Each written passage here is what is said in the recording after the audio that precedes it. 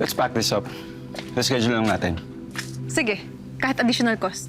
Tapos, pahirapan na naman mag-book ng venue. Okay lang, sige, cancel, hindi. I already said na maybe we should decide on what the theme is. Kaya nga, di ba? Nag-agree na ako. Bakit pinapahaba pa? Kasi kailangan ng theme para hindi tayo nagkakagulo na parang gano'n, di ba? Pero sir, may tip pa rin naman kami ngayon, di ba? Mas yun talaga concern mo, no? Mukha ka talagang pera eh.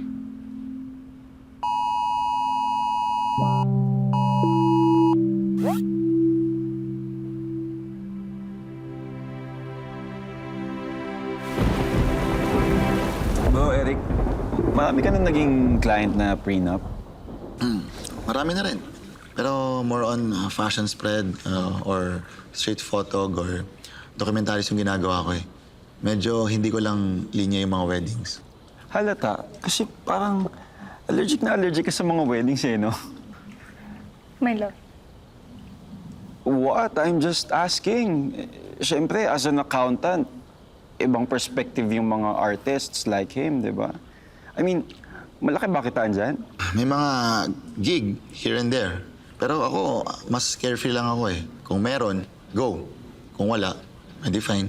Kasi it's either you're a spoiled rich kid or someone who has no long-term plans para maging ganyan na hindi ka committed sa work.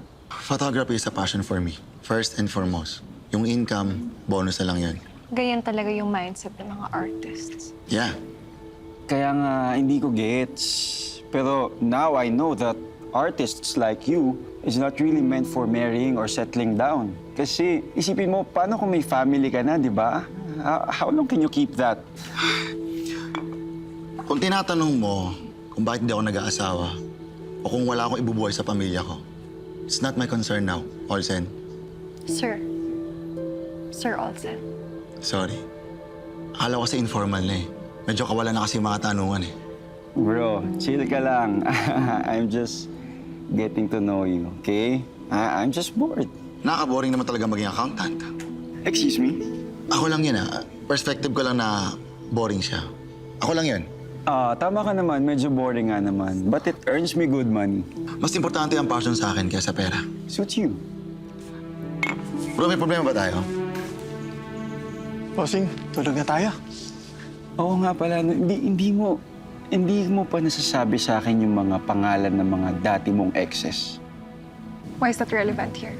Kilala mo lahat ng exes ko. And siguro naman, ngayong ikakasal tayo, baka pwedeng malaman ko na yung mga ex mo. Hindi na importante kung sino sila. Ikaw, Eric?